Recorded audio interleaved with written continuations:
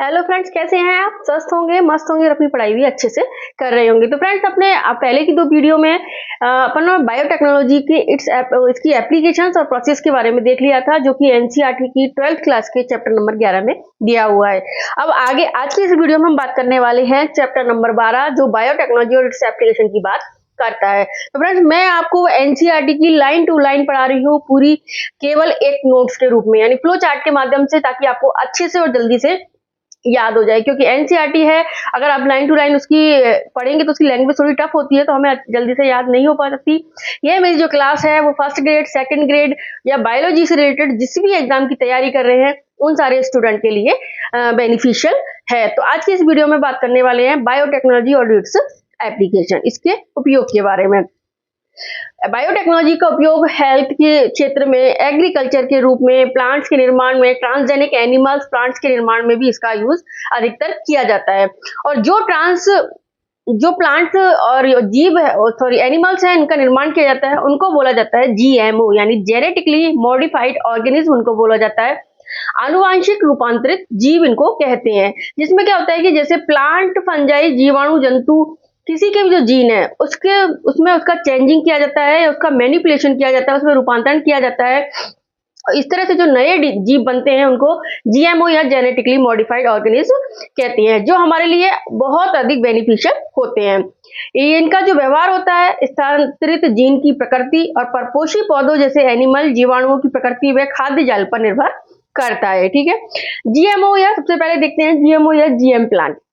इससे जीएमओ या GM plant जो बायोटेक्नोलॉजी के द्वारा तैयार किए जाते हैं, इनका हम एग्रीकल्चर कृषि में भी यूज कर सकते हैं। तो एग्रीकल्चर कृषि में यूज करते हैं, इससे हमें जो प्लांट्स मिलते हैं वो ऐसी हमें वैरायटी या फिर ऐसी किस्म हमें प्राप्त होती है जो एबायोटिक स्ट्रेस या सूखा, लवणता, सैलिनिटी के प्रति सहिष्णुता होती है, यानी जिसको सहन करने की उसमें क्षमता होती है। इसके अलावा केमिकली जो पेस्टिसाइड्स हैं उन पर भी कम निर्भरता होती है, क्योंकि वो कीट प्रतिरोधक या पीड़क प्रतिरोधक जो फसल है वो तैयार की जा सकती है। इसके अलावा पोस्ट हार्वेस्ट लॉस है, उसको भी कम किया जाता है। मतलब जो फसल होती है हमारी, जो काटने के टाइम पे जो फसल में लॉस होता है, उसको भी इसके द्वारा कम किया जाता है, क्योंकि इसमें कीटाणु है वो बहुत कम लगते हैं।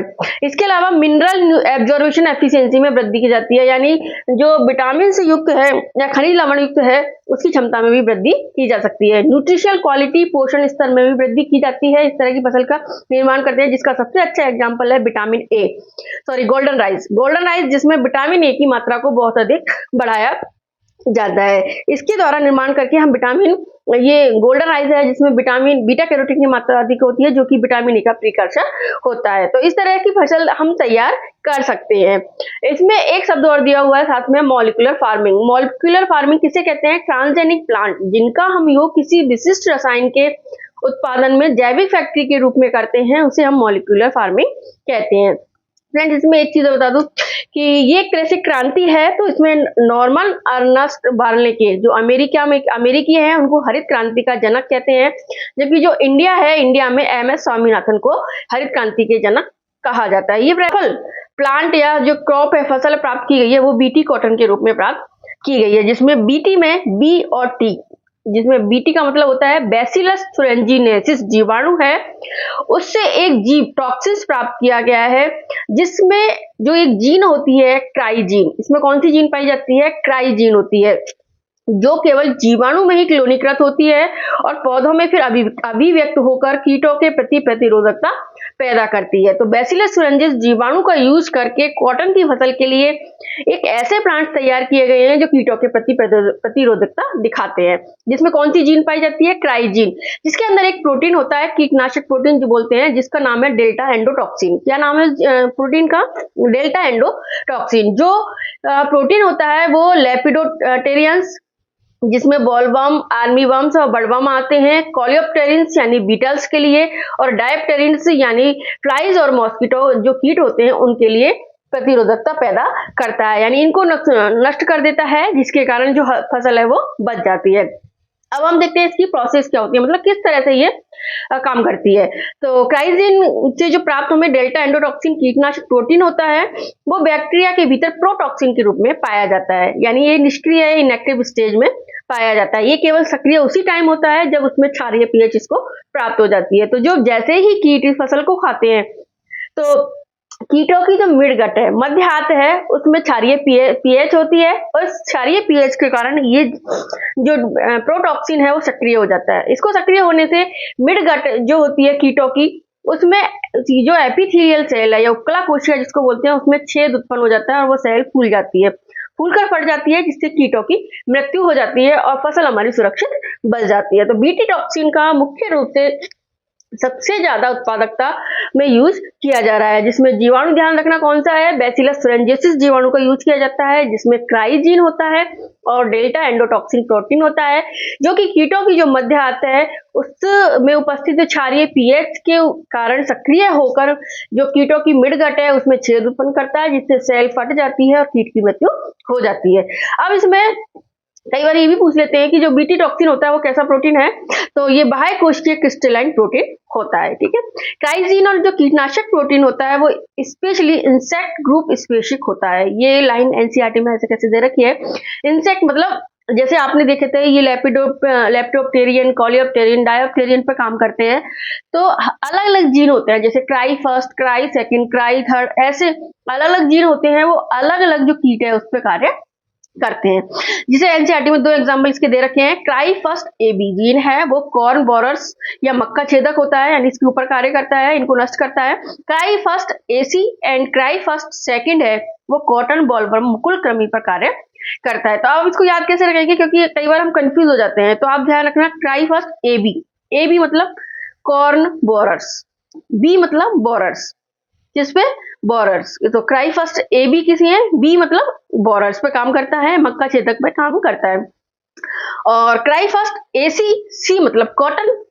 ठीक है, तो ये याद आ जाएगा, कॉटन बॉलवर्म पे काम करता है, बी यानी बॉलवर्म, तो क्राई फर्स्ट खाली क्राई सेकंड तो किस पे, कॉटन बॉलवर्म पे काम करता है, ये तो याद हो जाएगा, लेकिन जो क्राई फर्स्ट एसी है, सी मतलब कॉटन बॉलवर्म पे और ए बी मतलब कॉर्न बोरर्स पे काम करता है। ठीक है, बीटी कॉटन, इससे इंसेक्ट रेसिडेंट हमें प्राप्त हो जाती है। एनसीईआरटी में दूसरा एग्जांपल है पेस्ट रेसिडेंट टोबैको प्लांट, यानी कीटक प्रतिरोधी तंबाकू पौधा भी इससे प्राप्त किया जाता है। तो इसको हम देख लेते हैं कैसे प्राप्त होता है। टोबैको जो प्लांट होता है, इसकी जड़ों को संक्रमित करने के लिए इसकी रूट में एक निमेटोड या पेस्ट पीड़क होता है। कौन सा होता है, मिल्वाडेगाइन इनकोग्निशिया। फ्रेंड्स ये नाम याद रख लेना, क्योंकि कई बार डायरेक्ट क्वेश्चन पूछ लेते हैं कि टोबैको प्लांट की जड़ों को संक्रमित करने वाला कौन सा निमेटोड है। मिल्वाडेगाइन इनकोग्निशिया जो टोबैको प्लांट है उसको प्रभावित करता है। इसके लिए टोबैको जो प्लांट है उसको पीड़क प्रतिरोधक बनाया जाता है। अब उसको पीड़क प्रतिरोधक बनाने के लिए इसमें RNAi या RNA इंटरफेरेंस या RNA अंतरक्षेप जो प्रोसेस है उसका यूज किया जाता है। इस प्रोसेस का यूज करके RNA इंटरफेरेंस, RNAi या RNA अंतरक्षेप प्रोसेस का यूज करके टोबैको जो प्लांट है उनको पीड़क प्रतिरोधक बनाया जाता है, जिससे फसल नष्ट नहीं होती है। RNAi एंटीसेंस, RNAi जिसे हम एंटीसेंस टेक्नोलॉजी भी कहते हैं, ये एनसीईआरटी में लाइन दे रखी है कि RNAi को हम एंटीसेंस टेक्नोलॉजी भी कहते हैं। तो इसमें क्या होता है, ये एक तरह से एक नेचुरल प्रोसेस है जो कि यूकैरियोटिक जो सेल्स है उसमें कोशिकीय सुरक्षा की एक विधि होती है, जो नॉर्मली हमारे जो बॉडी है उसमें चलती रहती है। इस तरह की जो जीन होता है जो डीएनए का निर्माण होता है, उसमें जो जीन होता है उससे एमआरएनए का निर्माण होता है और एमआरएनए प्रोटीन का निर्माण होता है। इस तरह से एक नेचुरल प्रोसेस हमारे बॉडी में होती है। इसको एंटीसेंस टेक्नोलॉजी को हम जीन साइलेंसिंग या एमआरएनए साइलेंसिंग भी कहते हैं। इसमें क्या होता है फ्रेंड कि जो जीन को बनाने वाले जो प्रोटीन्स हैं उनको बनाने से रोक सकते हैं, कि जो एमआरएनए है उसका निर्माण रुक जाता है, जिसके कारण प्रोटीन का निर्माण आगे नहीं हो पाता है। ये प्रोसेस कहती है RNAi इंटरफेरेंस प्रोसेस को कहा जाता है। इसमें अब देख लेते हैं जैसे क्या होती है, RNA के जो स्तर पर या जो पोस्ट ट्रांसक्रिप्शन है उसको हम रोक देते हैं, क्योंकि कैसे होता है DNA से mRNA का निर्माण, mRNA से प्रोटीन का निर्माण, तो RNA के स्तर पर यानी mRNA के निर्माण को हम रोक देते हैं, जिससे आगे प्रोटीन का निर्माण नहीं होता है और इस तरह से हमें पीड़क प्रतिरोधक प्लांट प्राप्त हो जाते हैं। तो इसमें क्या होता है कि मोस्टली जो सिंगल स्टैंड mRNA निर्माण होता है उसकी जगह हम डबल स्टैंडर्ड RNA का निर्माण किया जाता है। और डबल स्टैंडर्ड जब आरएनए का निर्माण होता है तो ये प्रोटीन का निर्माण नहीं कर पाता है। आरएनए स्रोत के रूप में इसमें आरएनए वायरस या ट्रांसपोजन आरएनए मध्यवर्ती के रूप में रिट्रो ट्रांसपोजन्स को यूज किया था। मैंने आपको बताया था कि जो एनिमल्स होते हैं उनमें रिट्रो वायरस का जो वेक्टर के रूप में यूज किया जाता है, तो रिट्रो ट्रांसपोजन्स का इसको यूज किया जाता है। या एक तरह से ट्रांसपोजन्स क्या होते हैं, एक जंपिंग जीन है, ऐसे डीएनए हैं जो एक स्थान से दूसरे स्थान तक गति करते जाते हैं। और वेक्टर के रूप में इसमें एग्रोबैक्टीरियम वेक्टर का यूज किया जाता है, किसमें, प्लांट में। ठीक है, अब इसमें प्रोसेस क्या होती है कि निमेटोड विशिष्ट जो जीन होता है, जो मतलब ऐसा जीन जो निमेटोड को नष्ट कर सके, उस जीन को होस्ट प्लांट में प्रवेश कराया जाता है एग्रोबैक्टीरियम वेक्टर की द्वारा। तो जब ये डीएनए में प्रवेश करता है तो वहां से जो होस्ट सेल है उसमें सेंस व एंटीसेंस आरएनए का निर्माण करता है, यानी दो आरएनए एक दूसरे के पूरक होते हैं, उनका निर्माण इसमें होता है, जिसके कारण एक डबल स्टैंडर्ड आरएनए का निर्माण होता है। मोस्टली हमारे डीएनए से एक आरएनए एमआरएनए का निर्माण होता है जिससे प्रोटीन बनता है, लेकिन इस जो प्रोसेस होती है इस प्रोसेस में डबल स्टैंडर्ड आरएनए बनता है, यानी आरएनए उसका सेंस और एंटी सेंस जो स्ट्रैंड है उनका निर्माण हो जाता है, जिससे आरएनए अंतरक्षेप प्रारंभ हो जाता है और निमेटोड्स है उनके स्पेसिफिक जो एमआरएनए है वो निष्क्रिय हो जाते हैं।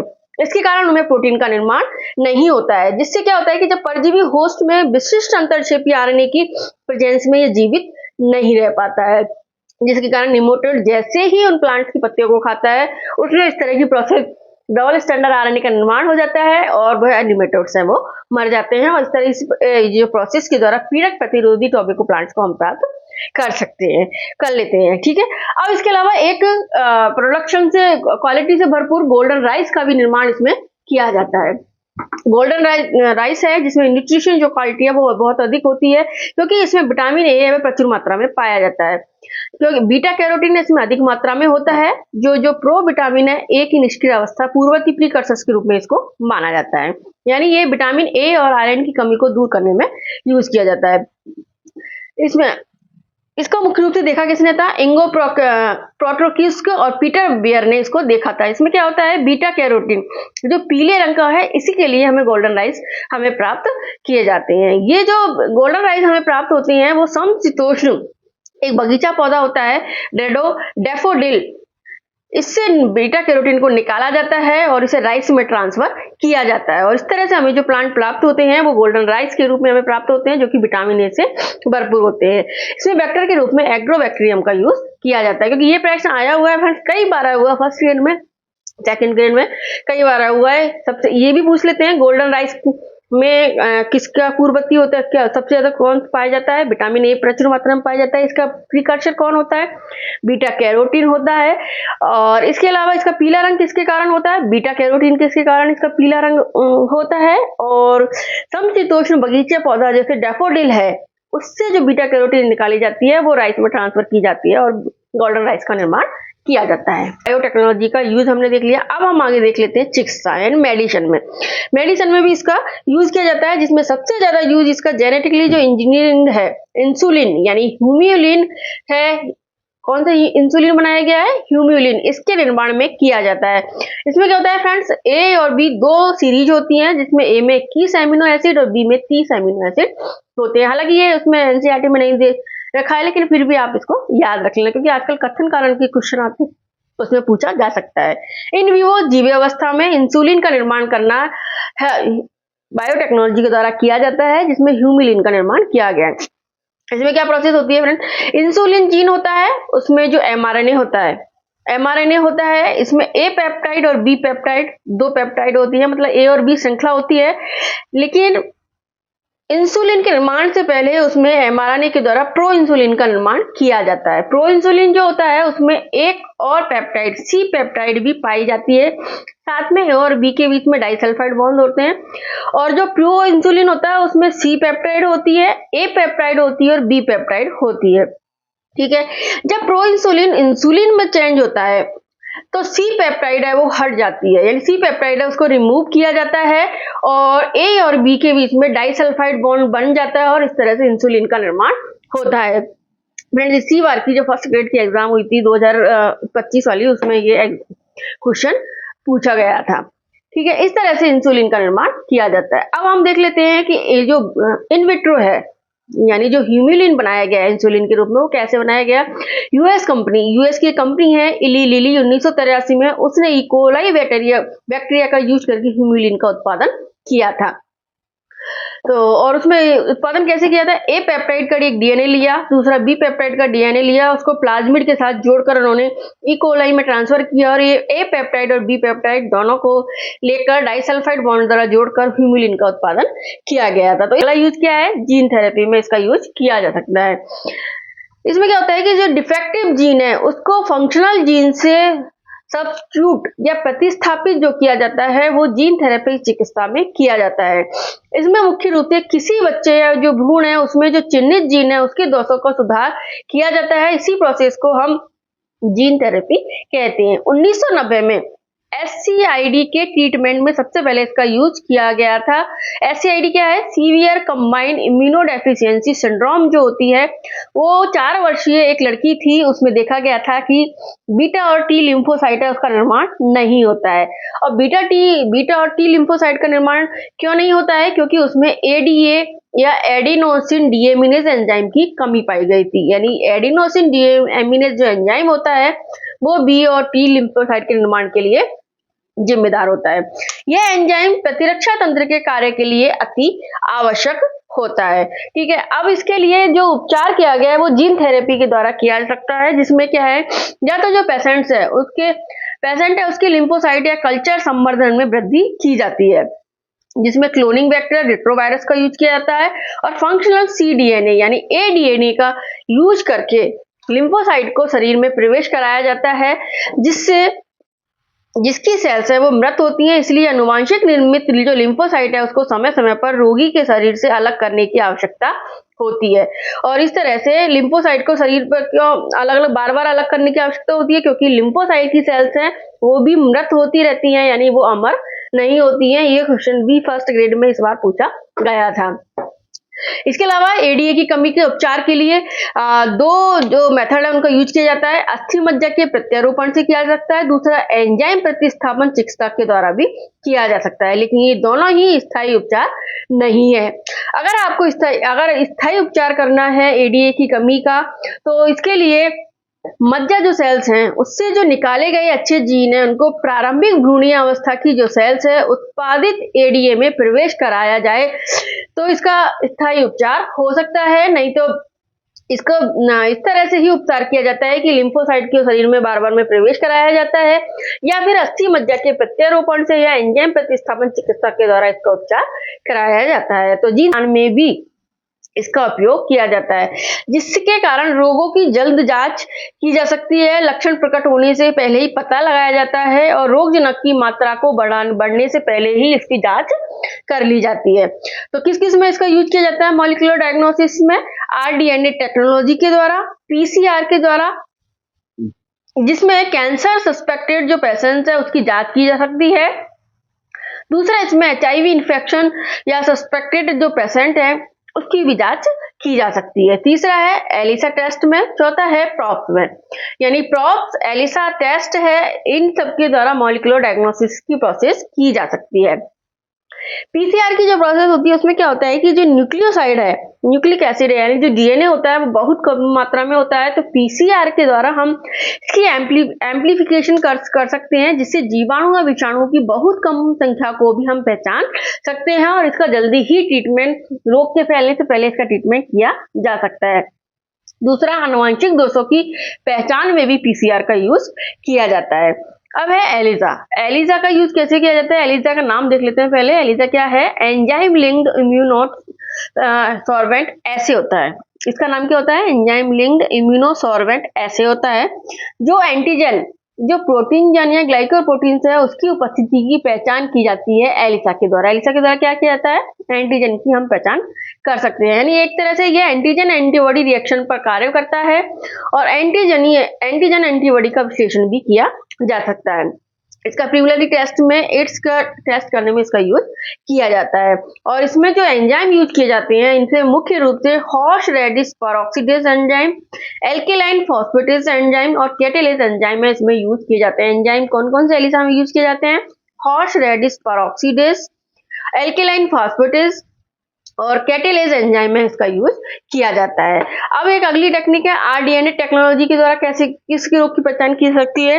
कई रोगों की पहचान या निदान करने में ये एक महत्वपूर्ण साधन होता है। इस निदान टेक्निक में रेडियो एक्टिव या फ्लोरोसेंट मार्कर से जुड़े स्ट्रैंड डीएनए के एक छोटे स्ट्रैंड का निर्माण किया जाता है। इसके द्वारा हम फूड पॉइजनिंग, पस फॉर्मिंग आदि का, एचआईवी का, muscular dystrophy, hepatitis virus, cystic fibrosis आदि संक्रमण की पहचान कर सकते हैं आरडीएनए टेक्नोलॉजी के द्वारा। प्रॉप्स के द्वारा भी मॉलिक्यूलर डायग्नोसिस का पता लगाया जा सकता है। प्रॉप्स होते क्या है? सिंगल स्टैंडर्ड डीएनए आरएनए का क्रम होता है जो कि टारगेट जीन या जो क्रम है उसके संपूरक होते हैं, उनको ही हम प्रॉप्स कहते हैं। ये रेडियो लेवल होते हैं, मतलब रेडियो लेवल, इसको रेडियो जो पदार्थ होते हैं उनकी तरह लेवल किया जाता है। हाइब्रिडाइजेशन की प्रोसेस होती है जिसमें ये डिटेक्ट कर सकते हैं, ऑटो रेडियोग्राफी के द्वारा ये डिटेक्ट किए जाते हैं। यदि टारगेट जीन में उत्परिवर्तन हो जाता है तो प्रॉब उससे नहीं जुड़ेगा, जो फोटोग्राफिक फिल्म पर दिखाई नहीं देते हैं और एक दूसरे के पूरक नहीं होते हैं। तो इस तरह से पता लगा सकता है कि इसमें कोई ना कोई बीमारी के लक्षण प्रकट हो चुके हैं, क्योंकि प्रॉब उसी स्थिति में टारगेट जीन से जुड़ता है जब उसके सिमिलर होता है, परिवर्तन होने पर उसमें नहीं जुड़ता है। अब हम देख लेते हैं इसमें ट्रांसजेनिक बायोटेक्नोलॉजी के द्वारा ट्रांसजेनिक जो एनिमल्स हैं और ट्रांसजेनिक जो प्लांट्स हैं उनका भी निर्माण किया जा सकता है। ट्रांसजेनिक जो एनिमल्स है उसमें सबसे पहले जो तैयार किया गया ट्रांसजेनिक एनिमल था वो था माउस, जिसमें ग्रोथ हार्मोन या जीन प्रेजेंट होता है। उसे हम सुपर माउस भी कहा गया था। यानी 95% तक सबसे ज्यादा ट्रांसजेनिक माइस का ही इसमें निर्माण किया जाता है। इनमें की जो सभी सेल्स होती है उसमें फॉरेन जो डीएनए है उसका निवेश किया जाता है और यह निवेश हम एम्ब्रियोनिक स्टेज में करते हैं, जिसके द्वारा जो हमें नए एनिमल्स प्राप्त होते हैं उनको ट्रांसजेनिक एनिमल कहते हैं। यानी ऐसे एनिमल जिनके डीएनए बाहरी जीन में निवेशित किए जाते हैं और इससे हमें नए लक्षण व्यक्त होते हैं, वो परजीवी जंतु कहलाते हैं। अब इन ट्रांसजेनिक एनिमल्स का निर्माण के द्वारा किस किस चीज में उपयोग होता है, किस चीज में इसको लाभ मिलता है। जैसे जीन का प्रभाव या इफेक्ट देखने में, कार्य की वृद्धि पर, जैविक प्रभाव को अध्ययन करने में इनका यूज किया जाता है, रोगों का अध्ययन करने में, रोगों के नए उपचार का अध्ययन करने में इनका यूज किया जाता है। Cancer, Alzheimer, cystic fibrosis, rheumatoid संधिशोथ आदि रोगों के उपचार में इनका यूज किया जाता है ट्रांसजेनिक एनिमल्स का। इसके अलावा जैविक उत्पाद भी इनसे प्राप्त किए जा सकते हैं, जैसे उपयोगी जैविक उत्पाद का निर्माण कर सकते हैं, डीएनए के भाग को प्रवेश कराते हैं, तो विशेष उत्पाद के निर्माण में यानी विशेष प्रोडक्ट प्राप्त करने में भी इसका उपयोग कर सकते हैं। ट्रांसजेनिक काउ जैसे रोजी का इसके द्वारा 1997 में निर्माण किया गया था, जिसमें अल्फा लैक्टो एल्ब्यूमिन जीन का डाला गया था, जिससे प्रोटीन की मात्रा बहुत अधिक थी और मानव प्रोटीन संपन्न दूध यानी 2.4 ग्राम पर लीटर हमसे प्राप्त किया गया था, जिससे मानव शिशु हेतु अत्यधिक संतुलित पोषण तत्व होता है। यानी मानव के शिशु के लिए इसमें अल्फा लैक्टो एल्ब्यूमिन जीन डाला गया है, जिससे प्रोटीन की मात्रा बहुत अधिक पाई गई थी।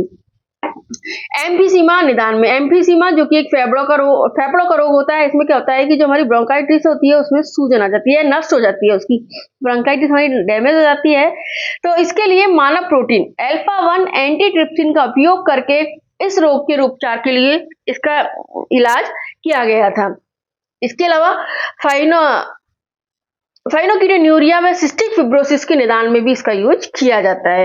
वैक्सीन सेफ्टी ट्रांसजेनिक एनिमल्स के द्वारा हम चेक कर सकते हैं। पोलियो वैक्सीन की सुरक्षा की जांच में या ट्रांसजेनिक माइस का यूज किया जाता है। केमिकली सेफ्टी टेस्ट भी कर सकता है। विषालुता सुरक्षा परीक्षण पहले ही कर लिया जाता है, जिसमें जो ट्रांसजेनिक एनिमल्स होते हैं उनमें अविषालु जो पदार्थ है उसके संपर्क में लाने के बाद पड़ने वाले प्रभावों का अध्ययन इन ट्रांसजेनिक एनिमल्स पे यूज कर लिया जाता है, जिससे हमें पता चलता है कि मानव के ऊपर ये कैसा इफेक्ट देगा।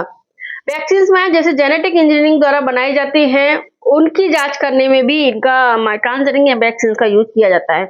इसके अलावा बायोटेक्नोलॉजी के द्वारा जेनेटिक इंजीनियरिंग द्वारा जो बनाए जाते हैं, आरडीएनए टेक्नोलॉजी द्वारा जो वैक्सीन बनाए जाते हैं उनका भी इसके निर्माण किया जा सकता है। इन वैक्सीन को क्या कहते हैं? सेकेंड जनरेशन वैक्सीन भी इनको हम कहते हैं, जिसमें मुख्य रूप से hepatitis B, herpes virus vaccine आदि को बनाया जा सकता है। ये भारत में एक संस्था काम करती है जिसे बोलते हैं GEAC, genetic engineering approval committee. यानी जीएमओ से रिलेटेड कोई भी काम करने से पहले चाहे आप ट्रांसजेनिक एनिमल्स का निर्माण करो, प्लांट का निर्माण करो, एग्रीकल्चर में यूज करो, हेल्थ में यूज करो, उससे पहले इस कमेटी से पहले अप्रूव लेना पड़ता है, जिसका नाम है पूरा जेनेटिक इंजीनियरिंग अप्रूवल कमेटी, जो जीएमओ के कार्य संबंधी वैधानिकता और जन सेवाओं के लिए जीवों की सुरक्षा आदि के निर्णय का पता लगाती है, आदि के निर्णय देती है। बायोपेरेसी, अब एक शब्द और दिया हुआ है एनसीईआरटी में, बायोपेरेसी। एमएनसी या जो दूसरे संगठन हैं उनके द्वारा अगर किसी भी राष्ट्र या उससे संबंधित लोगों से बिना व्यवस्थित अनुमोदन व क्षतिपूर्वक भुगतान के जैव संसाधनों का उपयोग कर लिया जाता है, उसे बायोपायरेसी कहा जाता है। जैसे कोई भी ऐसा प्रोडक्ट है जो एक किसी देश की विशेषता है, उस प्रोडक्ट को अगर दूसरे देश द्वारा बिना पहले जिस देश में उसकी उत्पादकता होती है उससे अनुमति लिए बिना अगर उसकी प्रोडक्ट को तैयार किया जाता है तो उसे बायोपेरेसी किया कहते हैं। ये तो हो गया एनसीईआरटी में फ्रेंड्स जो लाइन दी हुई है। इसके अलावा कुछ इंपॉर्टेंट फैक्ट है वो मैं आपको बता देती हूँ। जैसे इंडिया में फर्स्ट ट्रांसजेनिक प्लांट बना था बीटी ब्रिंजल, जो कि इंसेक्ट रेसिस्टेंट जीन है। एंडी फर्स्ट ट्रांसजेनिक मंकी है जिसका नाम क्या है, एंडी है, जो गुणसूत्रों में ग्रीन फ्लोरोसेंट प्रोटीन जीन इसमें डाला गया था। कॉटन के रूप में जीएम क्रॉप इंडिया में बनाई गई है। फर्स्ट ट्रांसजेनिक फ्रूट है, फ्लेवर सेवर टमाटो के रूप में जाना जाता है। और एक फर्स्ट ट्रांसजेनिक जो डॉग है वो रवि के नाम से बनाया गया था।